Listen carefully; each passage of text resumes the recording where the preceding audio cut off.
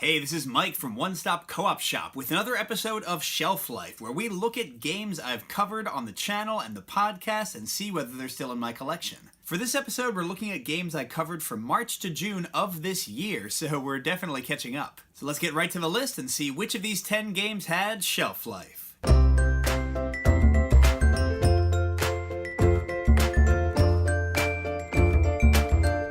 First up is Judge Dredd, The Cursed Earth, a card game of survival in the wasteland. Is it still in the collection? It was sentenced and executed. The Cursed Earth was fine. I like the theme, I like the general gameplay and the core mechanics which came from the Lost Expedition, but once I had played it a few times, I felt I had seen what the game had to offer. And also the new psychic mechanic they added sometimes made the game a little bit too easy to win, and you could kind of abuse it to sort of fast play the game in a way that was unsatisfying. So it's still worth a try, but not one I needed to hold on to.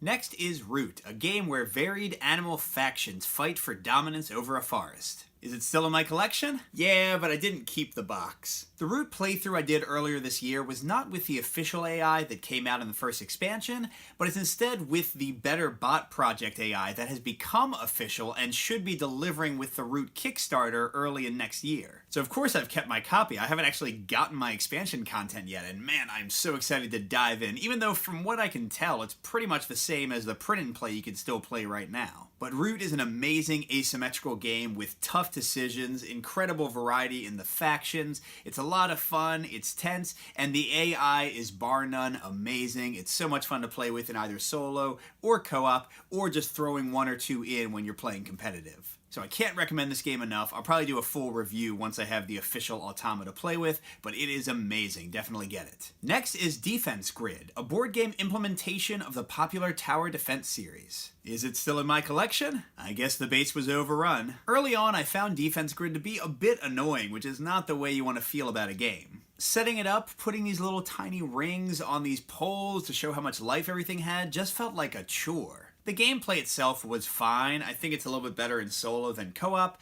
but some towers were so much more powerful than others, and the puzzles wasn't that interesting, the card play was kinda meh. Now, I never played the biggest, most complicated scenarios, so maybe the game really comes to life in those, but at least in the first half of the game, the first half of the scenarios, I found it a little boring, so I had to get rid of it. Next is Kitchen Rush, a real-time game of cooking that Colin recommended highly. So did Colin sell me a keeper? Not in this case. The core gameplay of Kitchen Rush is fun. I do like making the recipes, putting them on your actual plates, moving them around, going to different action spaces. But it takes way too long to set up. The way they do the economics makes you feel like you're always in a hole digging out, which I guess can be tense, but it doesn't really feel much fun. And overall, I didn't feel like it had as much opportunity for clever play and cooperation as I prefer in real-time games. Next is Journeys in Middle-earth, an adventure game with app integration. Does the road go ever on and on for this game? Apparently not. Now, before you call me a hypocrite since Journeys in Middle-earth was so high on my top 20 games of the year list,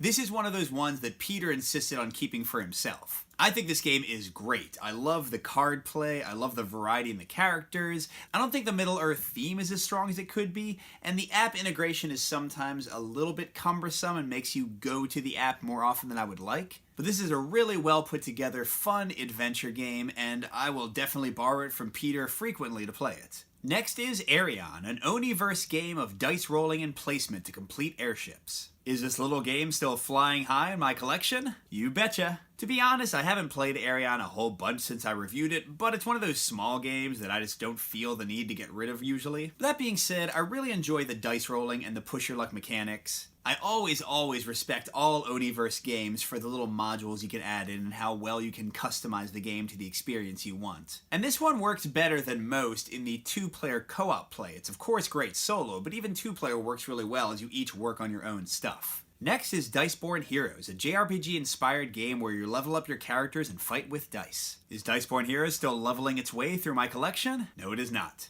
2019 was definitely the year of the JRPG game, with Madara, Diceborn Heroes, Adventure Tactics, the JRPG tabletop adventure game, and Diceborn Heroes, like many of those, had a sort of Final Fantasy Tactics-style advancement system. And that was great, lots of fun, a nice way to kind of vary your character from game to game. But the actual core mechanics of the dice rolling, how monsters attacked, and also the general confusingness of the rules sometimes, and the sometimes underwhelming events, made it not that great for me despite the fun leveling system. Next is Brook City, one of the modular deck system games from the Sadler brothers where you play as a cop trying to bring justice to the city. I adore Street Masters, so does Brook City pull right into the same spot? Unfortunately, it does not. Brook City is odd in that it is literally the only game out of the 4 modular deck system games I've played that I don't like. Street Masters is great, and Alter Quest and Hour of Need, based on what I've played in the demo versions, are going to be excellent as well. But Brook City, even though it uses most of the same mechanics, never felt as thematic to me. I didn't like the board play as much. It takes a little bit too long. And also there was a bit of a disconnect between the villain and the crimes and all these things, so it just wasn't a very satisfying experience for me, unfortunately. Our 9th game is Legends Untold, a dungeon crawler with dice resolution. Is Legends Untold still delving its way through my shelves? Sadly, no.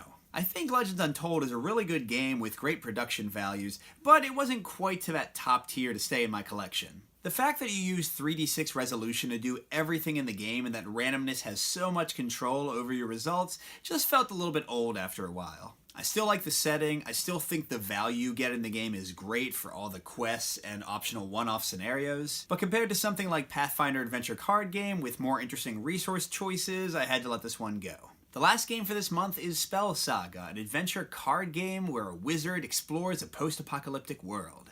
Is Spell Saga still in my collection? No, it's not. I have to give Spell Saga a lot of props for having very unique mechanics and a really engaging world, and I think fascinating art, although some might not find it that attractive. But there's not a ton of replay once you get through each of the sets. I played 2, the 3rd one is not released yet. And the gameplay does have a tendency to get bogged down in the middle and kind of get repetitive, and you can also have way too many cards to deal with at one time. So it's fine for several plays, but I didn't feel the need to hold on to it just to wait for the 3rd episode. And that's it for this episode of Shelf Life. Thank you to all our viewers for sticking with us for another year, and we can't wait to show you some more games in 2020.